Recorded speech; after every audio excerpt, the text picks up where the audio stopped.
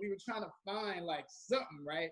And within that finding, which was dope, was that we found other, opportunities within that. So within that time of like discovering this new adulthood, I started writing. I started, producing my own stuff. I put out a lot of DVDs. I did some films on my own, and it was just like, I'm happy about those times because I remember bumping into Marlon, and Marlon Wayne said, "Hey, bro, if they don't want to give you what you want to star in, then you do it yourself. You write." And I was like, word, okay. And I took that and just started like writing, putting out my own stuff. I put a lot of stuff out DVD-wise, and I did Kel Videos Live, which was like me spoofing everybody in the industry with like music. I did a Weird Al Yankovic hip-hop version before everybody started doing that. I did it first. You know what I mean? So I started doing, I created like a TRL, but I was starring in all the music videos. I was playing all the characters. So I did that, did a film, and I constantly am doing that with evolving and learning. And I think that's the thing. Like, you got to be a sponge within this entertainment business, just like, getting information. You never feel like I've learned everything.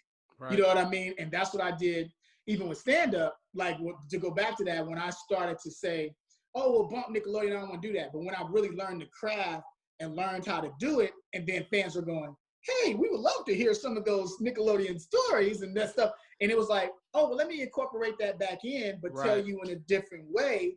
And then I was having the joy within the stand-up and knowing how to make it work. It was awesome. And it was a way to reach out to my fans in a major way, man. So, yeah, man, it's just like, I feel like you're always evolving. Like, I ain't done yet. So that's why I think, like, for sure. For sure you're not, man. Yeah. I'll tell you my Jeff Flanagan story.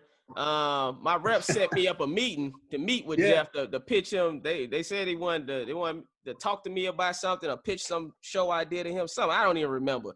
All I remember is the Negro didn't show up and he was in the building. Wow. That's crazy. I go in the office and I meet with somebody else and I'm like, I'm looking at my wife like, when Jeff showing up? And everybody don't know who Jeff Flanagan is. He like runs Kevin Hart's digital department. Boss. Yeah, he a boss. He LOL. He runs Kevin Hart's LOL. And and I'm sitting in there, and they was like, somebody coming in like, when they crack the door open, Jeff's not gonna be able to make it. Don't. I'm like, well, what am I meeting with? Why am I here? And so I'm pitching my idea to some rando, and then when I'm leaving, they was like, oh yeah, I heard them talking to somebody else. Yeah, Jeff just walked into that other meeting. And I'm like, wow. Shout out to Jeff Flanagan. So you still getting it in. You didn't need me. And then my reps was like, hey, you wanna go back in? I said, no, I'm okay. I'm all right. Next time I meet with Jeff will be calling for me personally. So That's something I wanted to touch on when you say like separating from Nickelodeon also. Yeah. How tough was it you separating from Kenan? And this is just a childhood question because there was a time when y'all, of course, we just seen y'all all together. Always together. And then I felt when we didn't see y'all together, this is me as a childhood kid, like I was like, did something happen? Or are they just trying to separate because they want to be their own individuals? Like what you don't got to go super in detail or nothing. Nobody you need to go, but what kind of was that separation process was like for y'all to start doing your own thing? So for one thing I want to say, because another thing about being so in the limelight and growing up in the limelight, everybody got they version, you know what I mean, of what happened. Right. Like I saw this one company recently, the true story of why Kenan Kel broke up. I was like, bro, I wanted to come in there so bad, like, this is not the true story of like, you know what I'm saying? Right. Like, what are y'all doing? Right. I think it was Comedy Hype or something like that. But I'm about to say, I think I know who you're talking about. I wasn't gonna say it, but I'm just gonna say it. Right. So, but it's like, really, really reach out to people if that's what you're gonna say, because that's not the real reason. And so it's like, as adults, right? You gotta understand, like, people just see what you just did, how hot you were at that moment, and then they forget like how long the journey is, right? So you got to remember, like, we were also growing into adulthood, like what we just talked about before. So within that, outside of entertainment, there's things that you learn through adulthood and becoming a man. So there was some real things that I was dealing with in my life and that I was doing in my life, and some real things he was doing in his life as well. And at the same time too, we did want to get a name for ourselves at that point. And that was never a thing where it was like I was going, man, Kenan, why you want to get a name for yourself? Never. Right. You know what I'm saying? It was a thing where I'm not even paying attention because I got this real life situation that's going on. I'm becoming a father. I got all this stuff going on. I got, you know what I'm saying? I got to take care of. I need to hustle. I'm not even thinking about what's happening. You know what I mean? And so within that, it's just that, hey, at that point, now we're working on different things. And that's literally what happened. It was no beef. It was just like the conversations just kind of trailed away. You know what I mean? As far as us being as close. And then when he went to go do Saturday Night Live and he was in New York and I was in LA, we're both living our lives. You know what I mean? Right. And that's just really wasn't what it is. And I always tell people, it's like, okay, now you might be, but I'm sure you had a lot of friends in high school. You know what I mean? A lot of friends. Now, Lee might have been somebody you met in high school and you still kick it with, right? But then can you say everybody that was in your classroom that you was cracking up with, that you was like, that's the dog, and you saw him every day and y'all rolling, are you still cool with all those people? Yeah, no. Exactly.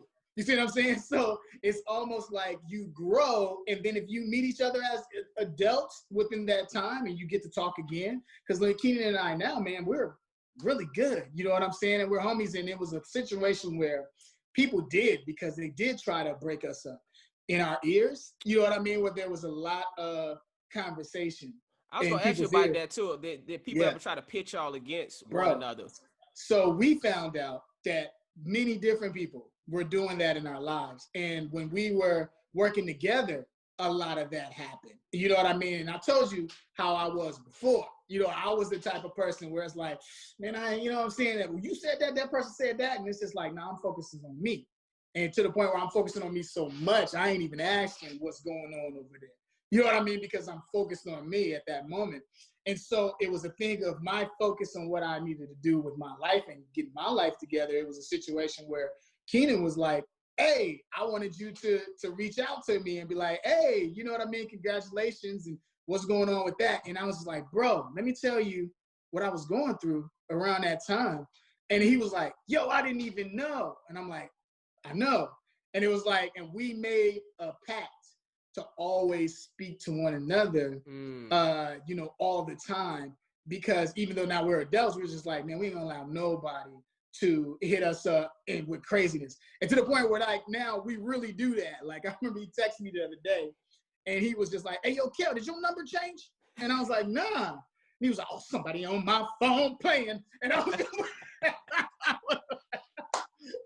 but back in the day, that might have been like, oh, Kel, you know what I mean? But it's like, we talking to each other, you know, it's an understanding. And I love the adult Kenan Kel, like talking about family, talking about life and understanding one another, man, and just having a good view on that. That's just dope, man. Well, yeah, it was so great to see y'all back together. What was that? Was the Jimmy Fallon sketch is what brought y'all back together when it came to acting? Oh. Yeah, man, it was one of those situations where it was like they wanted to do that. I was on a show called Game Shakers at the time, and Kenan was, on Saturday Night Live, and they were like, oh, Jimmy wants to do this thing he did it with Saved by the Bell. Now, that wasn't the only time we talked. This like conversation that I'm talking about happened way before that. Gotcha. And my main thing was that I need us to talk because I think that's dope as man to man. We just talk. We haven't talked in a long time, and it's a lot of stuff that was in the streets of people making their own assumptions about both of us. You know what I mean? And it was so dope for us to be able to speak and say, okay, well, we're going to put the truth out there because this is ridiculous. It's hilarious that people are taking their own narrative with things. Yeah. Right, man. Well, that's great to hear. Everybody, loves seeing y'all together. So it's good to know that friendship is strong, man. Oh, yeah. I got to touch on Mystery Men. Let's go. Hey, man, that movie is a classic. Incredible, funny film.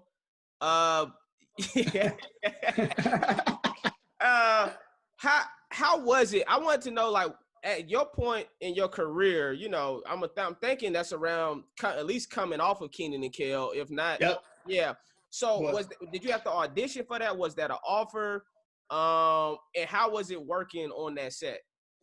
Bro, so you gotta imagine, like now, you know what I mean, to be in a film of that caliber with all those actors that were murdering. You talking about Ben Stiller, Hank Azaria, Wes Studi, Janeane Garofalo, and I remember auditioning for it. And the casting director, I remember she was real chill. It was a dope audition.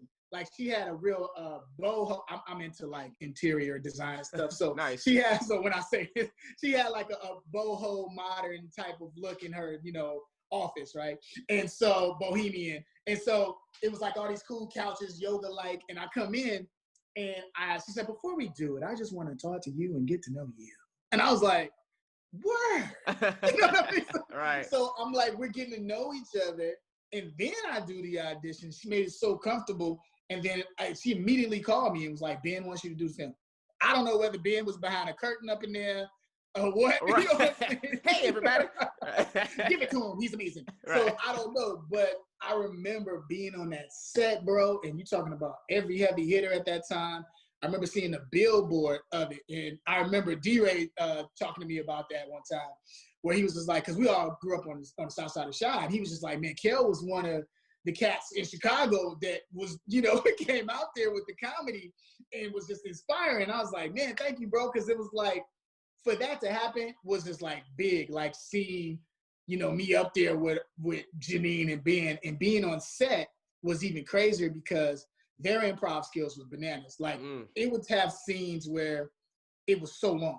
Like, we would do scenes because Ben wanted to be funnier than Hank, and Hank wanted to be funnier than Ben in that moment, which was just awesome. And so I remember like, yo, Kel, like, are you gonna do it? I was just like, so like, I want to get off in one of the scenes, but I don't know, like, this ain't all that. I can't just bump in their stuff. And I remember, I'll never forget it.